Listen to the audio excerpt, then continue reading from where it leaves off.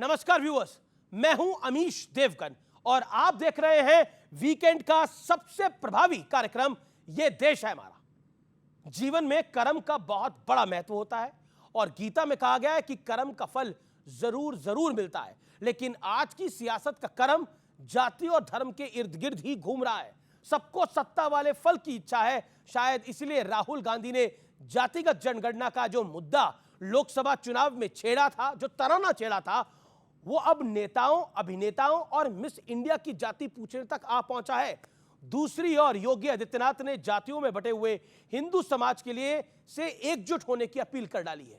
योगी आदित्यनाथ ने बांग्लादेश की याद दिलाकर कहा है कि बटोगे तो कटोगे, लेकिन लोकसभा चुनाव के दौरान वोट जिहाद की अपील करने वाले नेताओं को योगी आदित्यनाथ की अपील में विभाजनकारी सोच और पॉलिटिक्स नजर आ रही है। इसी बीच मौलाना साजिद रशीदी, जो कि जाने माने मुस्लिम धर्मगुरु हैं, उनका बेहद आपत्तिजनक वीडियो सामने आया है, बयान सामने आया है। एक तरफ वक्फ बिल पर जेपीसी चल रही है और उसकी दूसरी बैठक हुई है, तो दूसरी तरफ साजिद रशीदी कह रहे हैं कि मुसलमान तैयार हो जाओ क्योंकि अब सड़कों पर आने का वक्त आ गया है। लेकिन आज का सबसे बड़ा प्रश्न है, जाति वाली पॉलिटिक्स के जरिए हिंदुओं में दरार की और गहरी करने की क्या साजिश हो रही है, कोशिश हो रही है? आज इसी मुद्दे पर होगी देश की सबसे बड़ी पॉलिटिकल बहस, जाति और धर्म, सियासत का कर्म।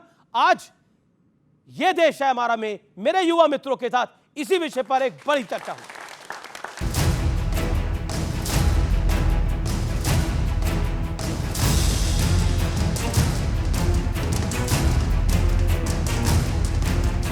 जिसको नमाज पढ़ना है जरूर हो अपना नमाज अदा करेगा, उसमें कोई आपत्ति नहीं है। लेकिन जो 2 घंटा वाला छुट्टी थे वो अभी से आगे नहीं होगा। महाराष्ट्र में सिंधुदुर्ग में शिवाजी महाराज की प्रतिमा गिरने के बाद जो सियासी तूफान मचा हुआ था, उस पर पीएम मोदी ने आज बहुत बड़ा बयान दिया है। छत्रपति शिवाजी महाराज ये सिर्फ नाम नहीं है, हमारे लिए छत्रपति शिवाजी महाराज आराध्य देव है। मैं आज सर झुका करके मेरे आराध्य देव छत्रपति शिवाजी महाराज की उनके चरणों में मस्तक रख के माफी मांगता हूं। इससे पहले CM Eknath Shinde, deputy CM Devendra Fadnavis और डिप्टी सीएम अजीत पवार शिवाजी महाराज की प्रतिमा गिरने पर माफी मांग चुके हैं, जबकि उद्धव गुट इस मसले पर महाराष्ट्र सरकार को घेर रही थी। सिर्फ माफी से तो काम नहीं चलने वाला प्रधानमंत्री जी। आपके मुख्यमंत्री को इस्तीफा देना चाहिए, उप मुख्यमंत्री को इस्तीफा देना चाहिए, क्योंकि यह प्रश्न सिर्फ मूर्ति का नहीं है, ये हमारी अस्मिता का प्रश्न है।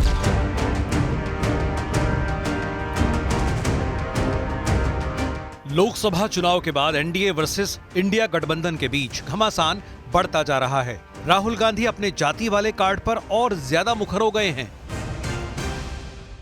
तो मैंने लिस्ट निकाली मिस इंडिया की। मैंने कहा भैया एक दलित महिला तो होगी, एक आदिवासी महिला तो होगी ना दलित है, ना आदिवासी, ना ओबीसी, कोई नहीं।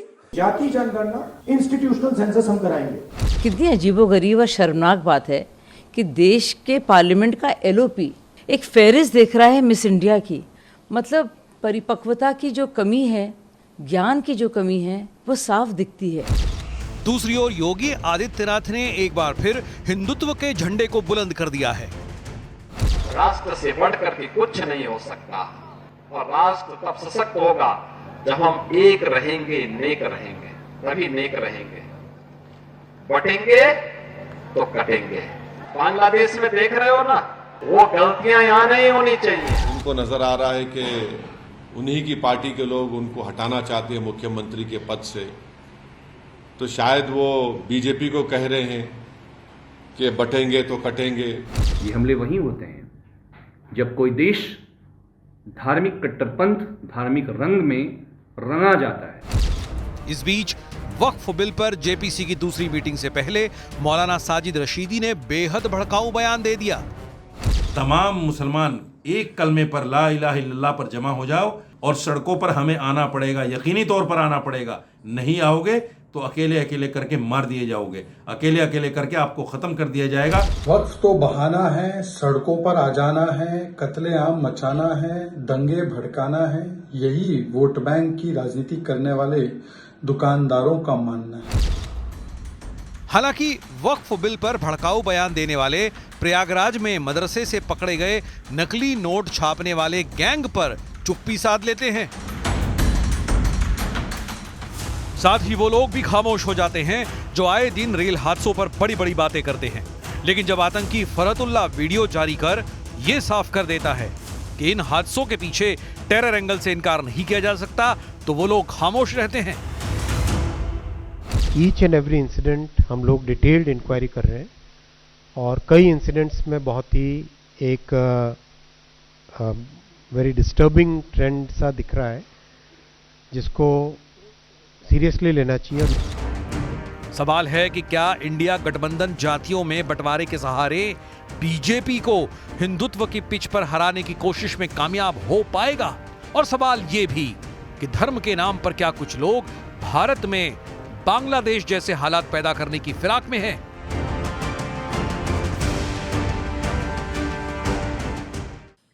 तो स्वागत है आपका आर पार की इस बहुत बड़ी चर्चा में। आज की इस बहुत बड़ी चर्चा में आप सबका अभिनंदन है। आज की चर्चा के मुद्दे क्या हैं? जातिगत जनगणना की मांग वोट के लिए या सामाजिक विकास के लिए? वोट जिहाद की मांग करने वाले हिंदुओं के एकजुट होने वाली अपील का विरोध क्यों कर रहे हैं? वक्फ के नाम पर क्या मुसलमानों को भड़काया जा रहा है, हिंसा के लिए प्रेरित करा जा रहा है? यह बड़ा प्रश्न है। और शिवाजी और सावरकर पर कौन सच बोल रहा है, कौन झूठ बोल रहा है? क्या वाकई शिवाजी का मुद्दा एक बड़ा मुद्दा बन गया है? इन तमाम मुद्दों पर आज चर्चा होगी और मेरे साथ चार बड़े दिग्गज हैं इस पर चर्चा करने के लिए। जोरदार तालियों के साथ अभिनंदन करिए डॉक्टर सुधांशु त्रिवेदी का, member of parliament Bharatiya Janata party के और लोकप्रिय प्रवक्ता। मेरे साथ डॉक्टर अनुराग भदौरिया हैं, उनका अभिनंदन है, प्रवक्ता हैं समाजवादी पार्टी के। मेरे साथ विवेक श्रीवास्तव हैं, लेता है लेफ्ट पार्टी के। मेरे साथ स्वामी दीपांकर जी हैं, आध्यात्मिक गुरु हैं। जोरदार तालियों के साथ इनका भी अभिनंदन है। तो आप तमाम लोगों का स्वागत है। शुरुआत आप ही से कर लेते हैं डॉक्टर सुधांशु त्रिवेदी।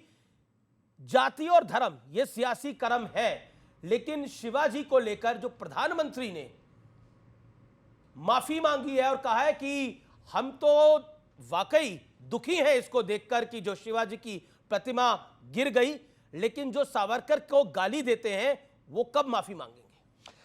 देखिए, माननीय प्रधानमंत्री जी ने कहा है कि छत्रपति शिवाजी महाराज उनके लिए आराध्य देव के हैं, आराध्य देव हैं, और इसलिए उस घटना के लिए उन्होंने कहा कि मैं अपने आराध्य देव के चरणों में शीश झुकाकर माफी मांगता हूं। मगर मैं देश की जनता को यह भी बताना चाहता हूं कि यह घटना कहां की है? सिंधुदुर्ग की। सिंधुदुर्ग में जानते क्या हुआ था? आज तक इंडिया की नेवल एक्सरसाइज जो होती थी वो हमेशा एक पर्टिकुलर जगहों के ऊपर होती थी। पिछले साल पहली बार सिंधुदुर्ग में हुई, क्योंकि सिंधुदुर्ग छत्रपति शिवाजी महाराज की नेवी का हेडक्वार्टर था।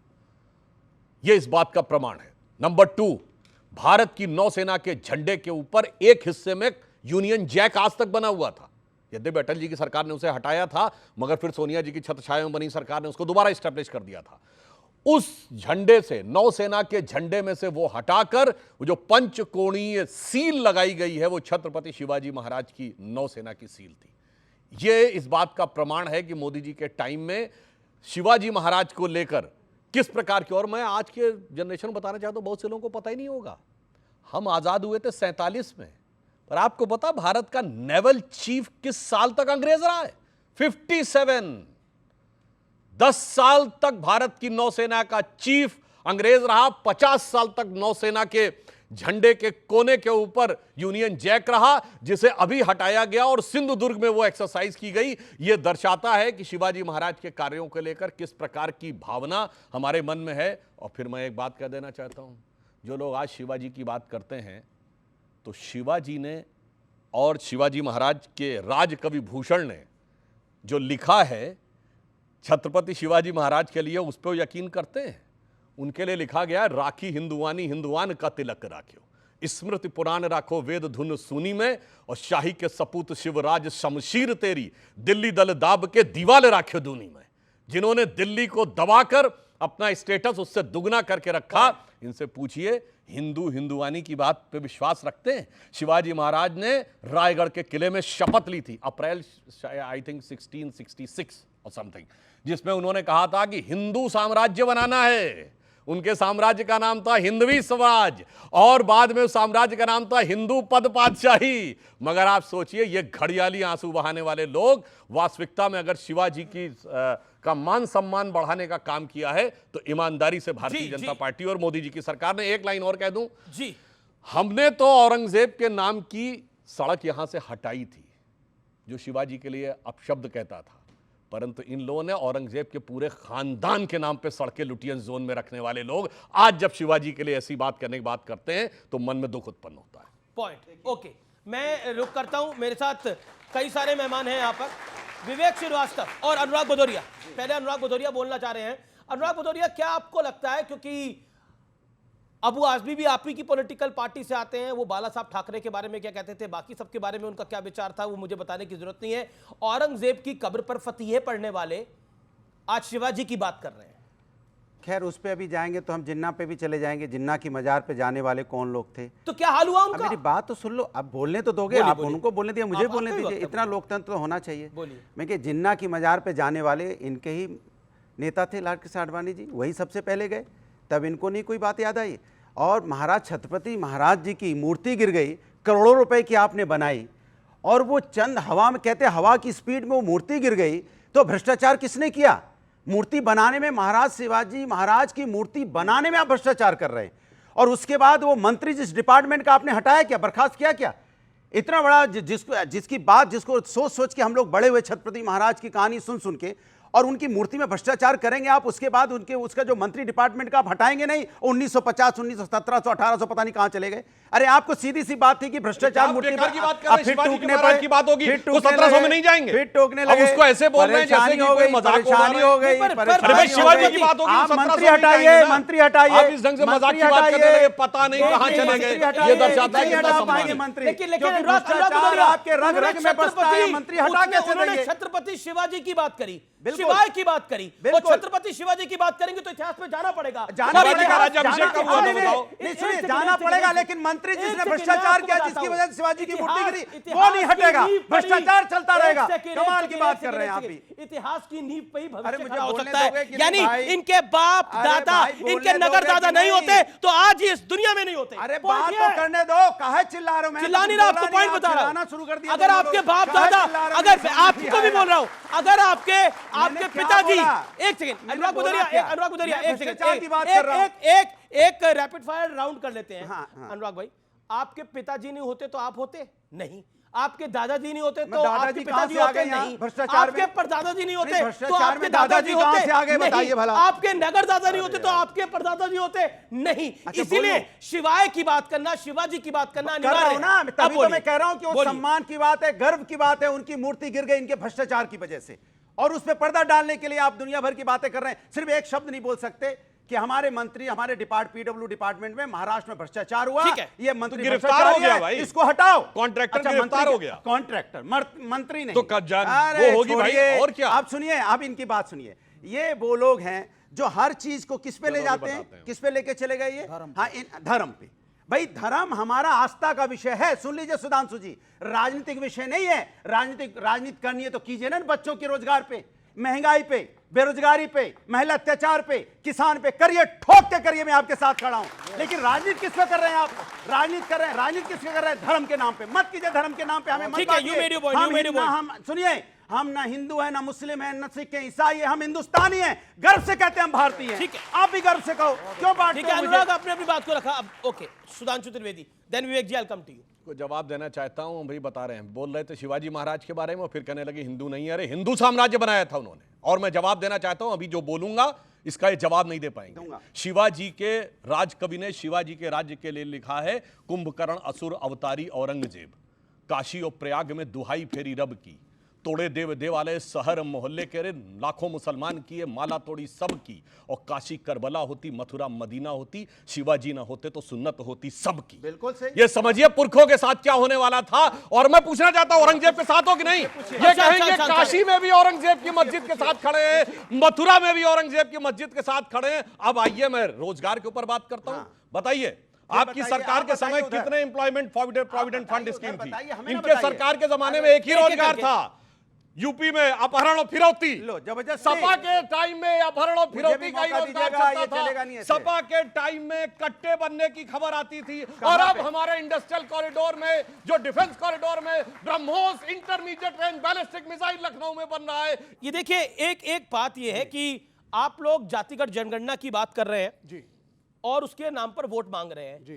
तो ये जातिगत जनगणना के नाम पर वोट मांगते मांगते मिस इंडिया की जाति तक पहुंच गए हैं आप लोग। मतलब मिस इंडिया की लिस्ट निकाल के देख रहे हैं कौन कौन सी जाति की है। अरे मिस इंडिया की काबिलियत देखिए, जाति मत देखिए। ये बीजेपी का हमेशा से एक मकसद रहता है, मैं आ रहा हूं उस पॉइंट पे भी, कि भाई शिवाजी इधर से लड़ रहे थे, वो एक हिंदू राजा थे, भगवा था, सारे हिंदू थे, सबको प्रताड़ित किया जा रहा था।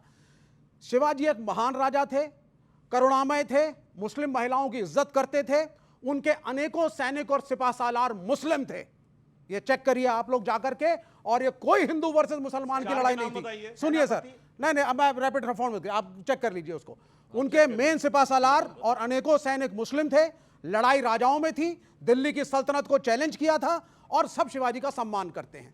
लेकिन इसको हिंदू बनाम मुस्लिम करना गलत है मेरे हिसाब से, ऐतिहासिक तौर पे। अब मिस इंडिया के बारे में एक कमेंट राहुल गांधी जी ने किया, सबने कहना शुरू कर दिया, अरे साहब ये तो कह रहे हैं कि मिस इंडिया के कंटेस्ट में जो महिलाएं पार्ट लेंगी, लड़कियां पार्ट लेंगी, ओबीसी की इतनी हो, एससी की इतनी हो।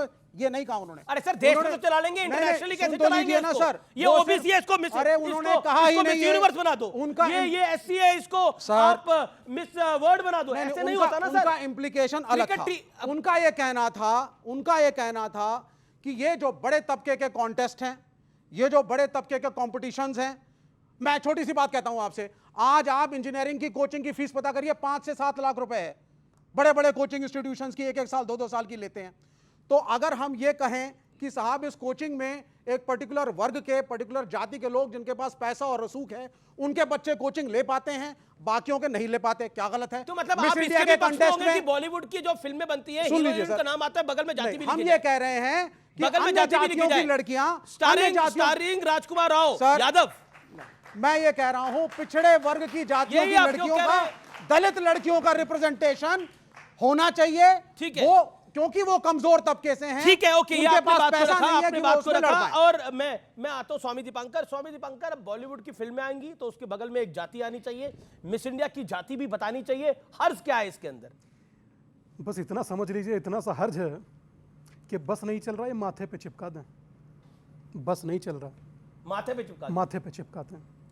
आप सोचिए कि जिस देश में जाति का कभी जिक्र तक नहीं था, वो देश समूचा जातियों में बांट कर रख दिया। जिस देश में जिक्र नहीं था, सब नहीं था, बता रहा हूं। देखिए, पहली बार बोल रहे हैं, अनफेयर हो जाएगा। बताऊंगा। कम्युनिस्ट बोल रहा है जो कहता सिर्फ दो ही बातें होती थी, गरीब और अमीर, आज कम्युनिस्ट होगा किसी रंग। अरे ठीक है, अब मैं एक सेकंड में ये स्वामी दीपांकर, विवेक भाई की बात, पर इन्होंने स्वाद चख लिया ना। इन्होंने 2024 में कुछ जो थोड़ी सफलता विपक्ष को मिली और मोदी का नंबर जो कम हुआ, उसमें एक स्वाद चख लिया। उनको लग रहा है कि जातिगत जनगणना होगी, जाति में अगर विभाजित भारत होगा तो इनका गेम बन जाएगा और पॉलिटिकली सही है। अमीश भाई, पिछले 800 दिनों से 1 करोड़ से ज्यादा लोगों को जोड़ चुका हूं जिन्होंने संकल्प लिया कि जातियों में नहीं बटेंगे, एक होकर। लेकिन फायदा क्या हुआ? जिस इलाके से आप आते हैं वहां भी निपट गए। मुझे फायदा बताने की जरूरत नहीं है, बांग्लादेश में लाइव देख लीजिए क्या फायदा है। हर चीज में फायदा होता है, हर चीज में फायदा। गजबे बात बता रहे हैं। केरला फाइल झूठी, कश्मीर फाइल झूठी, बांग्लादेश लाइव चल रहा है भाई। कल एक इन्हीं जैसी बिटिया पत्रकार मारी है जो नदी में बहती मिली है। जाति में जोड़ेंगे, भाई दादा, ये बांटेंगे नहीं, जाति में जोड़ेंगे, अमीश गलत, धर्म के अनुसार अमीश बाबू गलत। तुम अलग अलग धर्म के हो, अलग रहो भाई। इतनी कटसी देखिए कि बोलने नहीं दे रहे, ये इतनी सी कटसी है। ये सोचिए, सीतारामैया की सरकार है, लैंप पोस्ट लग रहे थे, तीर का निशान था और हनुमान जी की प्रतिमा, कल सारे डंडे उखाड़ दिए गए वहां से। क्यों? क्योंकि एक वर्ग नाराज हो रहा। मुझे आज यहाँ ये बोलने नहीं दे रहे, कल तुम्हें बोलने देंगे? अरे क्या मजाक समझ बोलने दे रहा है? क्यों नहीं बोलने? बीच बीच में बोलते हैं आप लोग। मेरा सर सबसे ही एक सवाल है कि सर हम जैसे जातिवाद पे हम कब तक लड़ते रहेंगे सर? हम सर भारतीय हैं, तो सर हम कब अपने देश का विकास करेंगे जब हमारे पॉलिटिशियन ही ऐसे लड़ते रहेंगे? सर हमारी प्रजा का क्या होगा? बहुत बढ़िया सवाल, बहुत बढ़िया सवाल। एक सेकंड, बोलिए स्वामी जी, बोलिए। मैं अपनी बात कहना चाहता हूं। अमेरिका में राष्ट्रपति पद की उम्मीदवार थी तुलसी गबाड़। उन्होंने वहां खड़े होकर कहा कि I am proud Hindu. Rishi Sunak यहां आते हैं, अक्षरधाम के बाहर आकर कहते हैं I am proud Hindu. Swami Vivekananda ने उस समय में कहा था कि मुझे हिंदू होने पर गर्व है। और स्वर्गीय प्रधानमंत्री अटल जी कहते थे कि हिंदू तनमन, हिंदू जीवन, रग रग हिंदू मेरा परिचय। तो मुझे अगर अपने हिंदू होने पर गर्व है तो मुझे क्यों बांट रहे हो भाई? अच्छा बताइए, आज तक कितने लोगों ने बताया? कितने सिया, कितने सुन्नी, कितने बरेलवी, कितने देवबंदी, कितने अहलेदीस, कितने मक्का कमरिया, कितने गोसी, कितने बताया किसी ने आज तक? सब पूछते हैं यादव इतने, जाट इतने, गुजर इतने, बनिया इतने, ब्राह्मण इतने, राजपूत इतने। क्यों भाई? जी लेकिन एक सेकंड, विवेक की बारी है, धन सुधांशु त्रिवेदी। ना सब अपने टर्न पे बोलेंगे भाई, ये नहीं, ये तरीका ठीक नहीं है। ओके विवेक जी, मतलब क्योंकि आप कह रहे हैं कि जातिवाद सिर्फ एक ही तरफ है क्या? जो बरेलवी की बात करी, अहमदिया की बात करी, उस पे क्यों नहीं जाती? और फिर जब योगी आदित्यनाथ कहते हैं कि बटोगे तो कटोगे, तो आप लोग कहते हैं कि ये तो घोर आपत्तिजनक है। नहीं, देखिए मैं दो चीजें कहना चाहूंगा। पहली चीज, मेरी अपील है, स्वामी दीपांकर से बहुत आदर करता हूं, आप जातियों को जोड़ रहे हैं, बड़ा अच्छा काम है। धर्म के हिसाब से भी लोगों को जोड़िए। आप धर्म के हिसाब से लोगों को अलग कर रहे हैं, हिंदू अलग, मुस्लिम अलग, पहली चीज। दूसरी चीज, सर सुन लीजिए ना एक मिनट, दूसरी चीज अब आप सुन लीजिए। आपने कहा साहब जाति तो पहले थी नहीं, अब जाति बढ़ गई। एकलव्य का अंगूठा किसने काटा, किस आधार पे काटा? कर्ण को सूत पुत्र किसने कहा? आप बताएंगे किसने कहा? किसने कहा? क्यों नहीं लड़ने दिया? जाति की समस्या सुन लीजिए, जाति की समस्या बोलेंगे, इसके बाद पहले विवेक की बारी है। देखिए जाति की समस्या एक समस्या हमारे समाज में रही है। पहली चीज तो उसको एक्नॉलेज करिए, उसको वॉश आउट करने की कोशिश मत करिए कि ये समस्या कभी थी ही नहीं। आपने दलितों और बैकवर्डों को बिठा करके अपने गांव में अपनी खाट पे आपने पानी तक नहीं पूछा, कभी पानी पीने नहीं दिया उनको। ठीक है, यू मेड योर पॉइंट। तो इस आपने अपनी बात को रख लिया। आप सुधांशु जी की बारी है। देखिए, मैं विवेक जी की बात का क्रमवार जवाब देता हूं। पहले इस ढंग के एब्सर्ड लॉजिक नहीं देने चाहिए कि किसकी सेना में कौन था। जिस समय ये देश आजाद हो रहा था, सेकेंड वर्ल्ड वॉर के समय, इस देश की सेना में 25 लाख सिपाही थे, जिसमें सिर्फ 40,000 अंग्रेज थे। तो आप कहेंगे 24.5 लाख तो भारतीय थे, तो हम अंग्रेजों से नहीं भारतीयों से लड़ रहे थे। जलियांवाला बाग में गोली चलाने वालों में 2/3 सिपाही हिंदुस्तानी थे, तो फिर काहे कहते हो अंग्रेजों ने गोली चलाई? इसलिए ये इलॉजिकल टाइप की बात है कि फौज में इतने थे, इसका मतलब वो उस तरफ थे। फौज किसके कहने पे और कौन लड़ रहा है इसके आधार पर तय होती थी। हम ये नहीं कहेंगे कि नेताजी सुभाष चंद्र बोस भारतीय फौजों के खिलाफ लड़ रहे थे, यह इलॉजिकल बात है। दूसरी बात इन्होंने कही एकलव्य की बात, मैं सारे लोगों से कहता हूं जाके चेक करो, और नहीं तो जाके महाभारत सीरियल में ही एकलव्य वाला वो पोर्शन उठा के देखिए। जब एकलव्य सामने आता है तो द्रोणाचार्य उससे पूछते हैं, बालक तुम अपना परिचय, तुमने विद्या कहां से सीखी? वो एक लंबा विषय में, उसमें नहीं जा रहा हूं। उसको दिव्य अस्त्र चलाना आता था, मुंह जो था कुत्ते का बाणों से भर दिया गया था, और जब निकाला गया तो एक भी खरोच नहीं थी। यानी जैसे आप प्रिसाइज लेजर गाइडेड मिसाइल आते हैं, प्रिसाइज टू द मीटर्स, किसी कमरे में गिरेगा 1000 किलोमीटर दूर से, वो प्रिसाइज टू द माइक्रोमीटर था। तो उन्होंने पूछा ये दिव्य अस्त्र चलाना तुमने किससे सीखा? तो कहता आपसे। तो द्रोणाचार्य कहते मैं तो तुम्हें जानता नहीं, तुम अपना परिचय दो। तो जानते एकलव्य क्या बोलता है? मैं मगध नरेश जरासंध के प्रधान सेनापति हिरण्य धनु का पुत्र एकलव्य। वो कोई सामान्य ट्राइबल नहीं था। हिज फादर वो the chief of armed tribal था, और ये इतिहास ट्राइबल था। बीच में नहीं, ये मैं आपको मौका दूंगा, आपको मौका दूंगा। इसका मतलब ट्राइबल आर्मी चीफ होते थे, फिर ट्राइबल सर्विस। अरे भाई वो आदिवासी था और इसीलिए उसका अंगूठा काट लिया गया। ट्राइबल है तो आर्मी चीफ होते थे, जातिवाद था। अब सर उसका अंगूठा जातिवाद के कारण नहीं काटा। आप ये बताइए, ऑनेस्टली बताइए, आप अपने दिल पे हाथ रख के बोलिए, सच बोल रहे हैं झूठ। अब आइए जो नए नवेले आए हैं, राहुल गांधी जी, आपने देखा है आज से 10 साल पहले 2014 में राहुल गांधी जी का गेटअप क्या था? बिल्कुल क्लीन शेप, बढ़िया बबुआ टाइप बने हुए थे, और उसके बाद क्या करते थे? हिंदी में शपथ ली थी 2014 में ईश्वर के नाम की, जाके चेक कर लीजिएगा। उसके बाद 2019 आया, उन्होंने कहा उससे काम नहीं बन रहा है तो फिर क्या करें। 2019 के चुनाव में उन्होंने कहा कुर्ते उड़ते के ऊपर जनेऊ पहनो, तिलक लगाओ, फिर पुष्कर से निकलते हुए राजस्थान में अपनी जाति नहीं गोत्र भी बताओ। आज तक आप लोगों को नेताओं की जाति पता होगी, उपजाति और गोत्र नहीं पता होगा, वो भी प्रेस कॉन्फ्रेंस में बताया गया हो, ऐसा नहीं पता होगा। अब आइए, उसके बाद लगा अब इससे काम नहीं चल रहा है, कहीं कुर्ता उड़ता जनेऊ छोड़ो, अब हाफ शर्ट पहन लो, काल मार्क्स की तरह दाढ़ी बढ़ा लो, और उसके बाद कहना शुरू करो। आप देखिए 2024 में अब ईश्वर के नाम की शपथ नहीं है हिंदी में, अब अंग्रेजी में शपथ है, वो भी swear in the name of God नहीं है, अब सॉलेमनली अफर्म है। इतना बदलता आदमी आपने कोई नहीं देखा होगा, और क्यों बदले ये भी मैं बता रहा हूं। आप जाके, और मैं कहूंगा विवेक जी को तो उसका समर्थन करना चाहिए।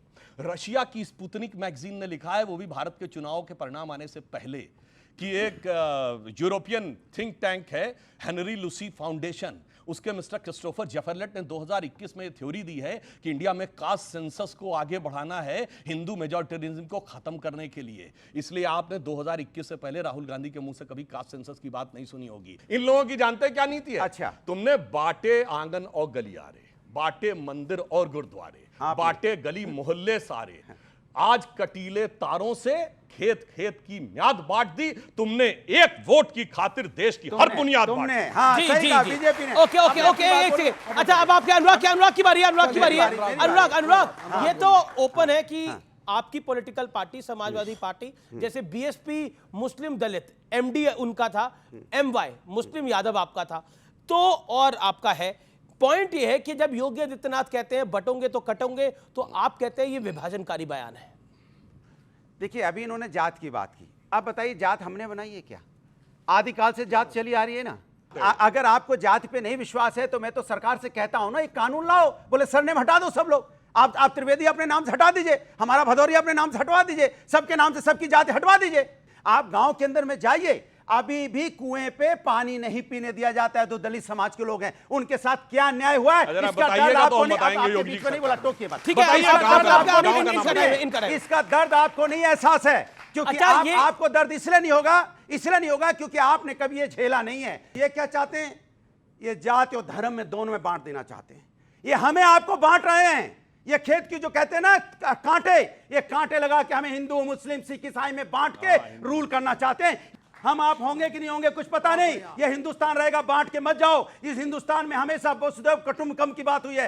एक मिनट, अब मैं बोलूं, दलितों का रिजर्वेशन इन प्रमोशन किसने खत्म किया? यूपी में मुलायम सिंह की सरकार ने। हजारों दलितों को डिमोट किया मुलायम सिंह की सरकार ने।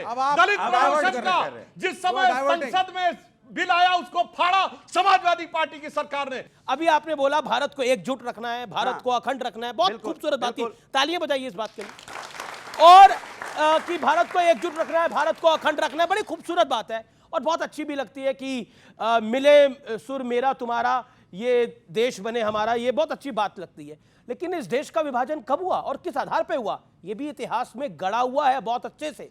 1947 में हमारा देश क्यों डिवाइड हुआ था? अच्छा, अब आजादी का हुक्म मिल गई, आजादी के बाद आया 1990 का दशक, और 1990 के दशक में कश्मीरी पंडितों को उनके घर से क्यों विस्थापित किया गया था? तब किसने विभाजन किया था? तब तो न मोदी का नाम था न कुछ था। अब बताइए तब कहां, तब तो सरकारें किसकी थी? देखिए बार बार मोहन भागवत ने एक बात बोली थी, आरएसएस के चीफ है, उन्होंने बोला था कि जब इस भारतवर्ष के अंदर द डे हिंदूज की आबादी कम हो जाएगी उस दिन डेमोक्रेसी भी समाप्त हो जाएगी। ये बात स्वामी दीपांकर, और इन्होंने बोला जातिवाद के मुद्दे के ऊपर आपका जवाब। जब योगी आदित्यनाथ ने बोला बटोगे तो कटोगे, क्या जायज है वो? मैं ये कह रहा हूं कि आप बटते भी हो और हर रोज कटते भी हो। आप लोगों को दिखाई और सुनाई दोनों नहीं देता, क्योंकि आप ना तो बोलना चाहते हैं, ना देखना चाहते हैं, ना सुनना चाहते हैं। एक अब से नहीं कह रहा हूं, अभी वक्फ के नाम पर रशीदी कह रहे हैं कि सड़कों पे आ जाओ। अब वक्फ के नाम से सुन लीजिए, तमिलनाडु का पूरा गांव है, गांव पूरा का पूरा कह रहे हैं ये वक्फ की जमीन है, और समूचा इस्लाम 1400 साल पहले वजूद में आया। वो गांव 1500 कुछ साल पुराना मंदिर है, 1500 कुछ साल पुराना है, पर वो भी वक्फ का है। छोड़ दीजिए बिहार, 2-3 दिन पहले की बात है, बिहार का एक गांव बता रहे हैं कि समूचा वक्फ बोर्ड का है। पटना क्या गोविंदपुर गांव है, और वहां पे दावा है हिंदू परिवारों को नोटिस दिया गया है, 30 दिन में जमीन को खाली करने का निर्देश दिया गया है। पटना हाईकोर्ट ने उस नोटिस पे रोक लगाई है। कोर्ट में सबूत पेश करने में फेल रहा है वक्फ का बोर्ड। यानी वक्फ कह रहा है कि पटना का एक पूरा का पूरा गांव हमारा है, तिरुचिरापल्ली तमिलनाडु के अंदर पूरा का पूरा गांव वक्फ का है। कैसे जी? और अब आपके सामने वक्फ एक्ट पे कह रहे हैं साजिद रशीदी की सड़कों पे आ जाओ। मैं एक बात कहूं, और योगी कह रहे हैं कि बटोगे तो कटोगे। मैं सिर्फ इतनी सी बात कहना चाहता हूं, एक बहुसंख्यक समाज को एक अपने आराध्य का मंदिर पाने में 500 साल लग गए। आप सब लोग पढ़े लिखे, आप लोगों ने देखा ही है। एक अकेला वक्फ बोर्ड है जो जिस उंगली जहां रख दे वो क्षण भर में जमीन उसकी। साबित आप कीजिए आपकी है या नहीं। मैं ये दावे से कहता हूं, धर्मगुरुओं की, ये दावे से कह रहा हूं। धर्मगुरुओं की क्या? सर सुन लीजिए, मैं बोलता हूं आपको। इस मुल्क में सदियों से, इंडियन सब कॉन्टिनेंट में हिंदू धर्म, सनातन धर्म जिसको हम कहते हैं, इसमें इन धर्मगुरुओं की और ब्राह्मण समाज की एक साजिश रही है। मंदिर की पूजा यही करवाएंगे, यही पुजारी बनेंगे, एजेंट ऑफ गॉड यही हैं। सुनते जाइए अब आप। जाति में दलितों को मंदिर के अंदर नहीं आने देते थे, खाना खिलाना दूर की बात। आज ये आपको कहते हैं जाति को भूल जाओ, तुम्हारे खिलाफ एट्रोसिटीज हुई, भूल जाओ, कोई फर्क नहीं पड़ता, जुड़ जाओ। और एक इमेजिनरी एनिमी मुस्लिम्स को दिखा करके सत्ता में आने की कोशिश कर रहे हैं। सत्ता में आने की कोशिश कर रहे हैं। धर्मगुरु है फुरफुरा शरीफ के गद्दी नसीब पीरजादा अब्बास सिद्दीकी, बोलो उनके साथ गठबंधन करके पड़े हुए चरणों में। ये कहानियां जो है ना, ये कहानियां इमाम बुखारी के खिलाफ कहानियां कम्युनिस्ट पार्टी ने ऑफिशियल गठबंधन किया हुआ है। पीरजादा अब्बास सिद्दीकी आरक्षण के खिलाफ है, शरीफ के गद्दी बीजेपी आरक्षण के खिलाफ है। अहले हदीस की मस्जिद में क्या अहमदिया जा सकते हैं? पहली चीज तो यह है कि अहमदियों में फुरफुरा शरीफ, और अरे सुनिए उसमें बिल्कुल सर, हमने फुरफुरा शरीफ को सेकुलर बना दिया। हमारे कॉन्स्टिट्यूशन को अग्री करोगे? हम तुम्हारी तरह थोड़ी ना, हम आपकी तरह धर्म पे लड़वाते नहीं है। हम तो कहते हैं सारे हिंदू धर्मगुरुओं को, मुस्लिम धर्मगुरुओं को धर्म व्यक्तिगत है, तुम्हारे और ईश्वर के बीच की यात्रा। फुरफुरा शरीफ गद्दी नशीन सेकुलर और स्वामी दीपंकर कम्युनल, ये भगवा चोले वाला स्वामी कम्युनल और फुरफुरा शरीफ का गद्दी नशीन सेकुलर, वारी सेकुलर सियासत इस देश की मान गए। 47 में पाकिस्तान बनाया, 90 में कश्मीरी हिंदुओं को विस्थापित कराया। वारी सेकुलर सियासत, वारी सेकुलर सियासत। फुरफुरा शरीफ कहां है? सुनिए एक मिनट। फुरफुरा शरीफ पश्चिम बंगाल में है। ये सेकुलर की बात कर रहे हैं। पश्चिम बंगाल सरकार का मंत्री फरहाद हाकिम ओपनली बोल चुका है, जो मुस्लिम नहीं है वो किस्मत के मारे हुए हैं, वो बेकार है। औकात नहीं एक नेता से सुनवा दे। वो तो फिर हरिद्वार वही फिरहाद हाकिम कह चुका है कि बंगाल में कुछ इलाके मिनी पाकिस्तान बन गए। मेरे को आपसे ये पूछना था कि आप जातिवाद खुद करे जा रहे हो, लेकिन आप बांट भी तो खुद ही रहे हो। बांट भी तो खुद ही रहे हो। ओके, और किसी का सवाल? जी क्या सवाल है?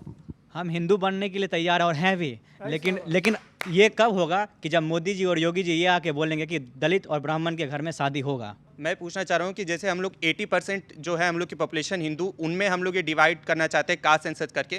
क्या हम लोग 100% पूरी जो हम लोग की पॉपुलेशन है उसको हम लोग इकोनॉमिक सर्वे करके उसके जो बैकवर्ड, जो इकोनॉमी में बैकवर्ड है, उनको अपग्रेड नहीं कर सकते हैं? मेरा एक और सवाल ये था कि इस मतलब डिवाइड जैसे हम हो गए हैं, तो ऐसे ही पाकिस्तान बांग्लादेश अलग हो गया, तो मैं ये चाहता हूँ कि सर ऐसा ना हो कि हमारा देश भी बढ़ जाए। जातिगत जनगणना से देश में एक समृद्धि आ जाएगी, देश के अंदर कोई गरीब नहीं रहेगा, दलितों को उनका खोया हुआ हक जो कि काफी सालों से नहीं मिला, जैसा डॉक्टर भदौरिया कह रहे हैं, वो मिल जाएगा। तो क्या आपको लगता है कि ये सब कुछ हो जाएगा? 2-3 महत्वपूर्ण, क्या जादू की छड़ी है जातिगत जनगणना? मैं वही बता रहा हूं।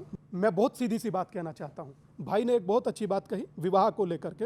आज की दुनिया ऐसी स्थिति में खड़ी है जहां कोई जाति देखता ही नहीं, कोई नहीं देखता, और आगे आने वाली दुनिया में शायद ही कोई देखे। अब मैं अपनी बात जो कहना चाह रहा हूं वो कहता हूं। 83 जाने 86 के अंदर इंदिरा गांधी ने लाल किले की प्राचीर से कहा था, मैं बोल रहा हूं ना दादा, इंदिरा गांधी ने लाल किले की प्राचीर से कहा था कि ऐसा जातिवाद नहीं होना चाहिए। राजीव गांधी ने कहा कि हम जातिवाद पे विश्वास नहीं रखते। राहुल गांधी कहते हैं जातिगत जनगणना कराइए। मैं दावे से कहता हूं कांग्रेस का ये कभी मुद्दा था ही नहीं, कांग्रेस का कभी ये मुद्दा था ही नहीं। दूसरी महत्वपूर्ण बात कहने जा रहा हूं कि आज जातियों में बांटने की बात चल रही है। ये कहते हैं कि 20% हमारा और 80 में बंटवारा। इसी विचारधारा के साथ प्रत्येक हिंदू को जातियों में बांटने का, और धर्म के नाम पर बात चलती है, धर्म के नाम पर बात चलती है। 80 में बंटवारा 20 श्रीमत श्रीमत ठीक है ठीक है अनुराग कुछ कह रहे हैं, बोलने दीजिए। स्वामी जी बताइए किसने कहा? ये बताइए, गलत बोल के चले जाएंगे। दादा नेशनल टीवी में मुझे बोलने तो दीजिए। गलत बोल रहे हैं। वो राम रहीम को रिसीव करने जा रहे हैं, मुझे बोलने डिस्टर्ब कर रहे हैं। ये बात है, राम रहीम को रिसीव करने जा रहे हैं, सरकार को रिसीव करने जा रहे हैं। अनुराग की बात डिस्टर्ब कर रहे हैं। एक सेकंड, बहुत रोचक सा शब्द है।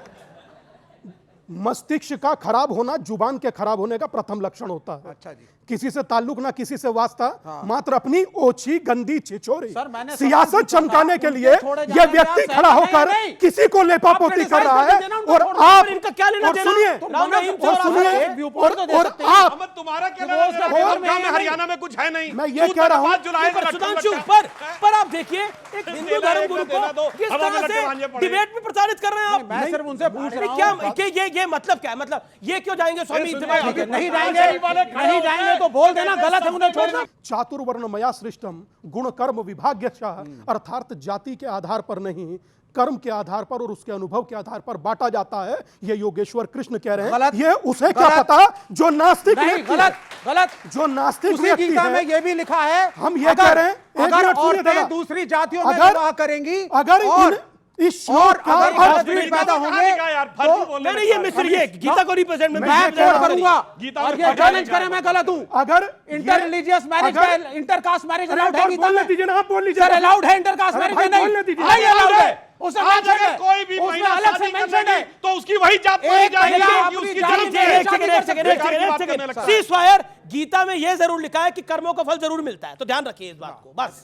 ओके, और यकीन मानिए, कर्मों का फल बीजेपी को मिलेगा, और यकीन मान कर रहे हैं और सत्ता से बाहर कर्मों का फल मिलेगा। यही है आज का विषय में, यही है जाति और धर्म और सियासी कर्म। जी कर्मों का फल मिलेगा, फल मिलेगा। बीजेपी रूल करना चाहती है, बीजेपी को कर्मों का फल मिलेगा। स्वामी दीपांकर जी ने जो बोला, मैं इंदिरा गांधी जी की वो क्लिप सुना देता हूँ। हाँ निकालिए। जातिवाद में नहीं है। मैं तो चाहूंगी कि ये शब्द हम हटा दें अपने देश से। हाँ, ये कौन है? राहुल गांधी जी की दादी जो कहती थी जात पे ना पात पे, इंदिरा जी की बात पे मोहर लगेगी हाथ पे। अब राहुल गांधी आए, पुरखों की बात को रख के लात पे, पार्टी ले आए फुटपाथ पे। हमारे पहले कानून मंत्री जिन्होंने संविधान बनाया बाबा साहब अम्बेडकर थे। आप में से बहुत लोगों को पता है कि पाकिस्तान का पहला कानून मिनिस्टर भी एक दलित समाज के जोगिंदरनाथ मंडल थे, और वो भी इसी झांसे में आ गए थे कि जातियों में विभाजित होकर एक जाति को लेकर मुस्लिमों के साथ कॉम्बिनेशन करके हम चले जाएंगे, और वो पाकिस्तान चले गए थे। उसके बाद उन्होंने दलितों के साथ जो अत्याचार देखा है, उसके लिए मैं कहूंगा जोगिंदरनाथ मंडल का लियाकत अली की कैबिनेट से जो इस्तीफा है, जाके नेट पे पढ़ लीजिए, वो आपको दर्द से साथ बयान करेगा कि बटेंगे तो कटेंगे नहीं, बटने के बाद दर्दनाक ढंग से कटेंगे, ये दिखाई पड़ता है। मैंने एक एक चीज विद हमारे पहले शिक्षा मंत्री मौलाना आजाद थे, हवा में नहीं बोली है। डॉक्टर अम्बेडकर की किताब कोट की है, जोगिंदरनाथ मंडल का इस्तीफा कोट किया है। सवाल ये है कि सवाल इस देश की जब आजाद हुआ, सबसे पहले शिक्षा मंत्री थे अब्दुल मौलाना आजाद थे ना। सुनो, मौलाना आजादी थे ना इस देश के शिक्षा मंत्री थे। जी जी जी। आप आप हमारे हिंदुस्तान को बार बार कंपेयर करते हो पाकिस्तान से, बार बार कंपेयर करते हो बांग्लादेश से। अरे हिंदुस्तान को कंपेयर करना है तो अमेरिका से करो। हम बांग्लादेश और पाकिस्तान से कंपेयर करके हमारे बीच में आप नफरत की आग भोके यहाँ आग डाल के सत्ता पे काबिज होना चाहते हैं। अब हमारे जनता की बात नहीं करेंगे, हमारे अधिकार और हित की बात नहीं करेंगे, जनता के अधिकार और हित की बात है। एक सेकंड, और आप बार बार जो हिंदू मुस्लिम की बात करते हैं, मैंने बहुत देर तक सोचा, फिर मैंने याद किया कि इनको याद दिलाएं कि महाराज छत्रपति शिवाजी महाराज की बात हो रही है, उनके सेनापति में कौन कौन लोग थे, सुन लीजिए। नोट नहीं, अभी मैंने लिखा।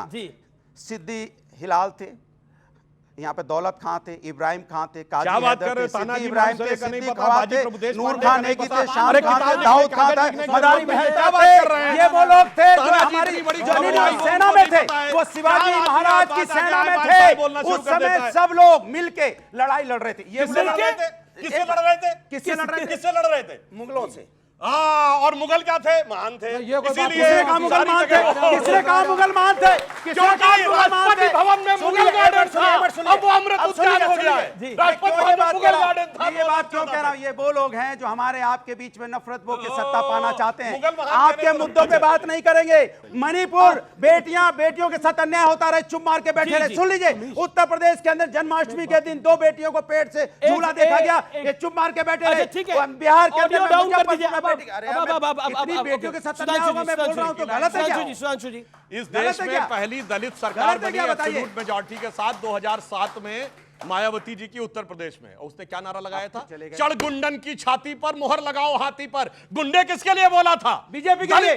बीजेपी के लिए। सरकार मुलायम सिंह बीजेपी की गजब है यार। अब इतना झूठ बोलने लगता है आदमी। मुलायम की सरकार थी और उन्होंने कहा समाजवादी पार्टी के गुंडे मेरी जान लेना चाहते थे। ये अदालत की कार्रवाई में रिकॉर्डेड है। भाई इतनी आसानी से कोई लाख करे चतुराई कर्म का लेख मिटा रे भाई। बस इन्होंने इंदिरा गांधी की तारीफ की तो कई इंदिरा गांधी तारीफ नहीं, मैंने तो कई अच्छी थी। आपने मायावती जी की तारीफ की, कहिए मायावती जी अच्छी थी, दलित महिला थी, देश की सबसे अच्छी मुख्यमंत्री थी। बोलिए आप। हम बोल रहे हैं कि मुख्यमंत्री चलो तुम कह रहे हो इंदिरा गांधी सबसे अच्छी प्रधानमंत्री थी। बोलो इंदिरा गांधी अच्छी थी, महिला थी, तो मुलायम सिंह को जेल में डाला तो अच्छी थी। मुलायम सिंह को जेल में डाला तो अच्छी थी। अच्छी थी। सुन लीजिए एक सेकंड, अभी इंदिरा जी की बात हुई, जवाब मैं पूछ रहा हूँ। आप कहो अच्छी थी। इंदिरा गांधी 95 में कांग्रेस समर्थन से मुलायम सिंह मुख्यमंत्री थे, याद भी नहीं रहता यार। अरे मैं किसने जिताया था? काशीराम जी को।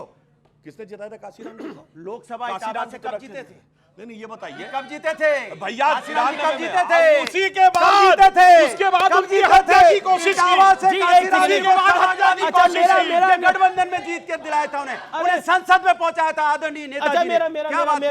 मेरा निवेदन है, आपने क्योंकि बोला इंदिरा गांधी बहुत अच्छी थी, इंदिरा गांधी ने बहुत अच्छा काम किया। महिला, अरे भाई महिला ही है इंदिरा गांधी। एक सेकंड बिल्कुल मैं कह रहा हूं, आपने तारीफ करी इंदिरा गांधी जी की तारीफ करी, तो मुलायम सिंह यादव जी को जेल में डाला था तब भी अच्छी थी इंदिरा जी? मैं बता रहा हूं। नहीं जवाब दीजिए। हाँ या ना में बोलिए।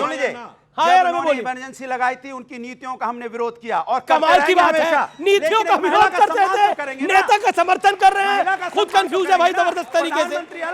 कमाल की बात है, नीतियों का विरोध है, नेता का समर्थन है, इनके नेता को जेल में डाला फलाना, लेकिन फलाना बहुत बढ़िया आदमी था, लेकिन हम ये कह भी नहीं सकते। ये अंदर से कुछ और बाहर से कुछ और नजर आते हैं। बाखुदा शक्ल से आगे आप लोग खुद समझ पाते हैं। देखिए कांग्रेस पार्टी का जो मतलब ट्वीट है उत्तर प्रदेश कांग्रेस का, जिसमें वो क्या कह रहे हैं? राहुल गांधी जी का स्वागत किसने किया? श्री अविनाश पांडे प्रभारी महासचिव, अपने अजय राय अध्यक्ष कांग्रेस, प्रमोद तिवारी उपनेता राज्यसभा, आराधना मिश्रा सीएलपी लीडर कांग्रेस, मतलब 4 ब्राह्मण और 1 भूमिहार मिलकर एक जनेऊ के कुर्ते ऊपर जनेऊ पहनने वाले स्वघोषित ब्राह्मण का स्वागत कर रहे हैं।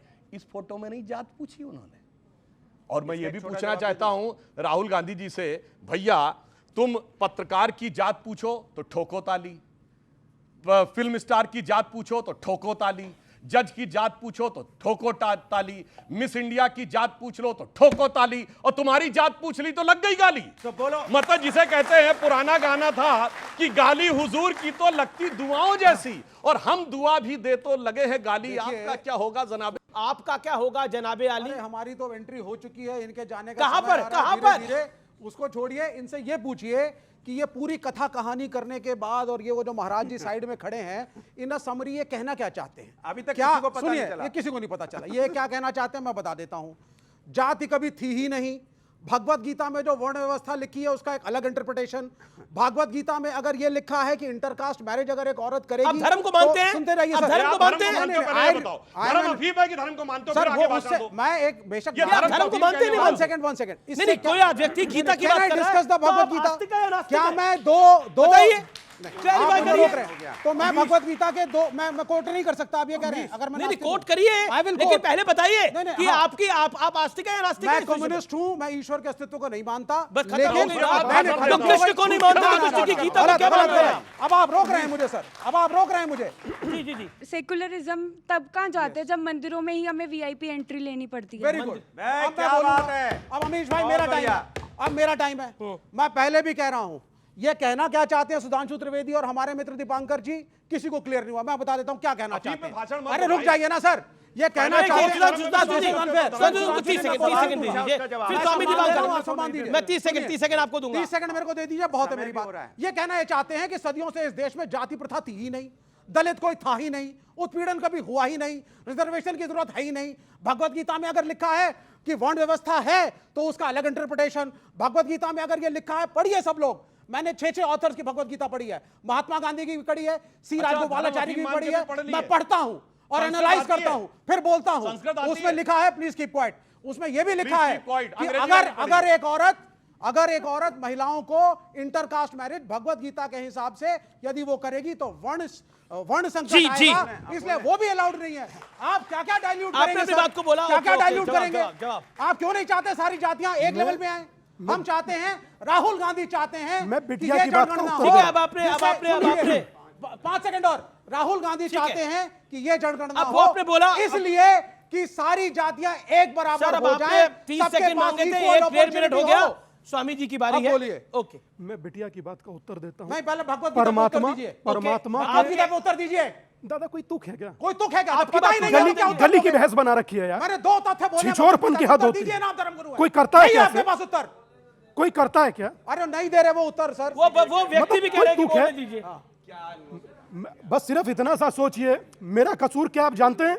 मेरा कसूर मात्र इतना है कि मेरे तन पर भगवा है, इनकी हैसियत नहीं है। आपका कसूर है मिसकोटिंग द भगवत गीता। एक उलेमा ये क्या तरीका है विवेक श्रीवास्तव? आप लगातार स्वामी दीपांकर के बीच में बोल रहे हैं। तो वो प्रश्न का उत्तर देना गीता पे आपने चॉइस करेंगे ना। ये एक उलेमा के खिलाफ बोल दें, इनके पैर कांपने लगेंगे। श्रीमद् भगवत गीता पर नास्तिक होने के बाद इतना बड़ा लेक्चर दिया, एक शब्द कुरान पर बोलते हैं, इन्हें बोल मीठा पिलाने से भी नहीं औकात नहीं है, बोल औकात नहीं है, जुदा हो जाएगा। समझ रहे हैं? फुरा शरीफ के गद्दी नशी के आगे जब उत्तर नहीं है इनके पास, और उसके बाद पहन के आए हैं, और उसके बाद नहीं है, मेरे प्रश्नों का जवाब नहीं है, डाइवर्ट कर रहे हैं। मैं आपके पास आ रहा हूं Swami ji.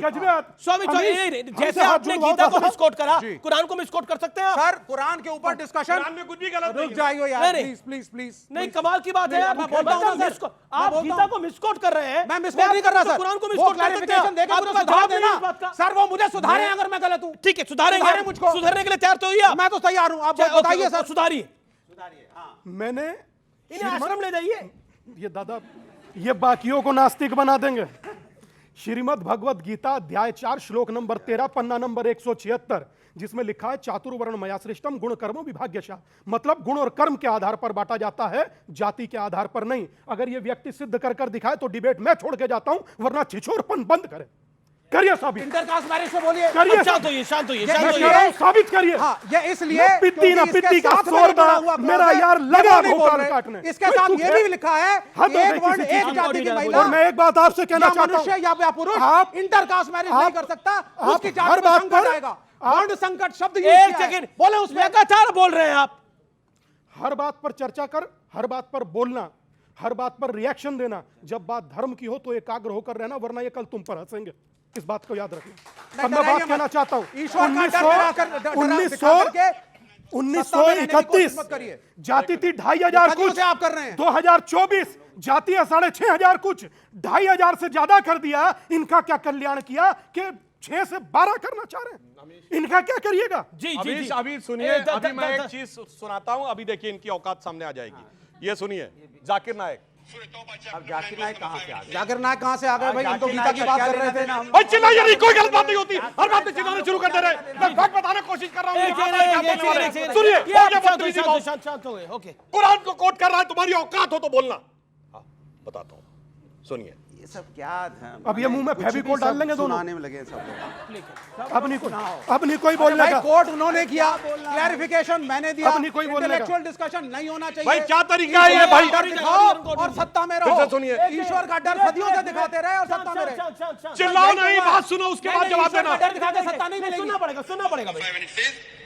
The Quran mentions wherever you find a kafir, into bracket Hindus, wherever you find a kafir, you kill them. बोलो, वो सूरा सिपारा कोट करके कह रहा है काफिर और इंटरप्रिटेशन का स्कोप नहीं छोड़ा। इन्हें ब्रैकेट हिंदूज किल देम। औकात है बोलने की, बोल देता हूं ना, औकात है बोलने की, बोल देता हूं ना। आपने गीता के बारे में बोला, गीता के बारे में बोला, आपने गीता के बारे में बोला, कुरान के बारे में। एक मिनट, पूरी बात मेरी होने दीजिए। 10 सेकंड। और मैं डॉक्टर अंबेडकर की किताब कोट कर रहा हूं, हु वर शूद्रास। मैं कोई बात हवा में नहीं बोलता। Chapter number 1 page number 1 paragraph number 3 उन्होंने लिखा है there is no connection of Vedic age Shudras with the modern schedule cast.